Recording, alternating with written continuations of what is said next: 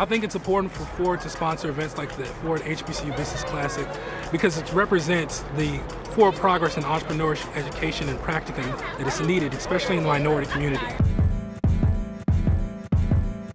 The students arrived in Atlanta excited about their chance to present their business plans. They had their orientation and received their schedules. Baby Billionaire finally arrived as the other teams were bowling. Now it's time for our students to get prepared for the main event. We're halfway through the competition and our finalists have encountered an avalanche of activity. With only 24 hours to go until the finale, the schedule isn't getting any lighter for our students as they prepare to battle it out. Welcome to day 2 of the 2009 Ford HBCU Business Classic.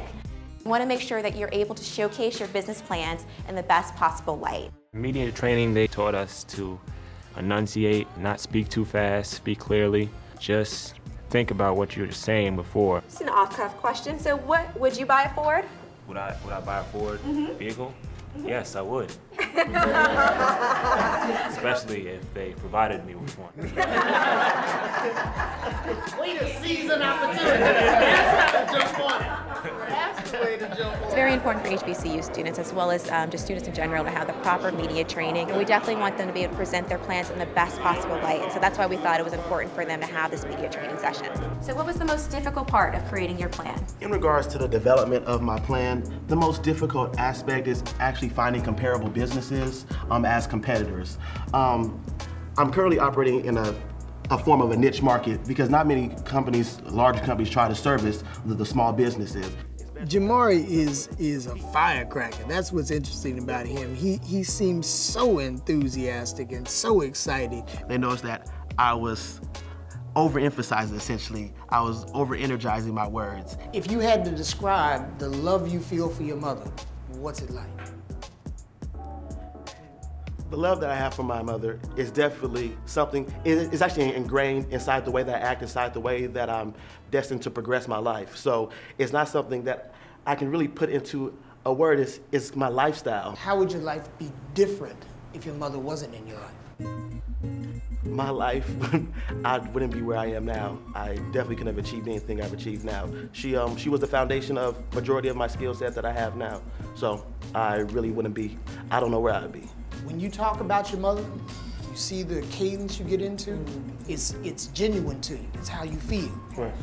That's how you should talk about your business. When you get ready to talk about your business, but you get in and you get ready to tell the answer and you want to give it to them. But when you talk about what's honest to you and where you feel it on a guttural level, that's when you're at your best. And you are passionate about your mother, and I know you should be passionate about your project and work for you. I love to have fun. I love to present my ideas with force. However, they taught me and they told me that I can do that without having to punch it, without having to come with full force. After successful media training, our students took the knowledge that they've gained to the Clark Atlanta campus, where for the first time, they will step on the stage and rehearse their presentation. The rehearsal was very valuable to us. We were able to see our PowerPoint and also to go through our script and see how much we were able to verbally express our business plan to the people that were actually in the room. It was also good to get a layout of the venue so that we're better prepared tomorrow when we come and present in the final competition. What's been the highlight so far? The highlight so far has been the interviews. Yeah? Yeah. What'd you take away from that? I took away that I still have a ways to go in actually slowing down my speech a little bit. Well, it seems to me that you are making progressive steps to get to where you want to be in order to be tip-top for your presentation, and that's all that matters. Exactly, that's the plan.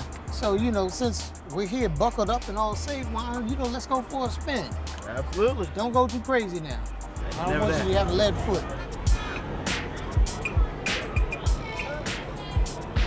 This order page, which you can't see because it's pixelated. Lawrence was actually in an accident. He was okay. There's injury to his hip and a bruise on his head. But the doctors said that he was pretty much okay. But the first thing Lawrence wanted to know is, like, does this mean I won't be able to join in the competition? I said, we'll find out from your doctor and from your mother if that's actually going to be the case. But he's done a remarkable job of making sure that he was going to be here for the competition. Every time someone orders something from Autopart, it goes directly to my cell phone, so I can keep track and communicate with customers instantaneously. Lawrence is really interesting because having been in such a serious accident, anytime you don't physically feel your best, it's difficult to perform your best. It does not seem to have in any way undermined his confidence in his project and what he knows about auto cars. So Larry, how'd the presentation go this afternoon? Presentation went good, but we got some things to spruce up. Now? What in particular? Just working on the presentation graphics and making sure that all my PowerPoint slides are relevant to what's actually in the business plan. Because there was a lot of tweaking around that I was still working on. You are a trooper. Good luck to you. And we'll get on with the rest of the competition. Sir, thank you so very much. You know.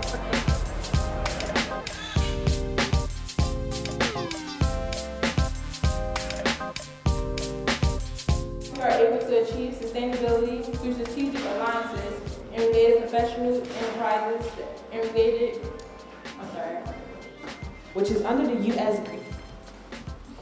Green Building Council. It's all about the vibe that you feel when you walk into the room, so it's kind of a thing. We need to get the feel of the atmosphere before we can really say that, yes, we're 100%. But right now, we're like 85.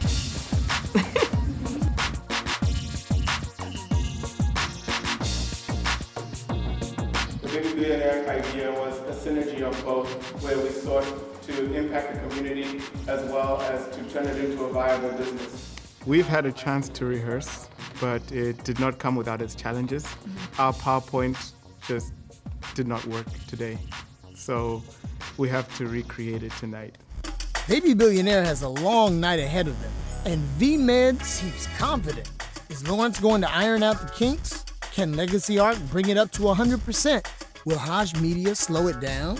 Up next, it's time to get down to business. It's time for the Ford HBCU Business Classic Competition. We need to give away that $50,000 grand prize. Let's get to it.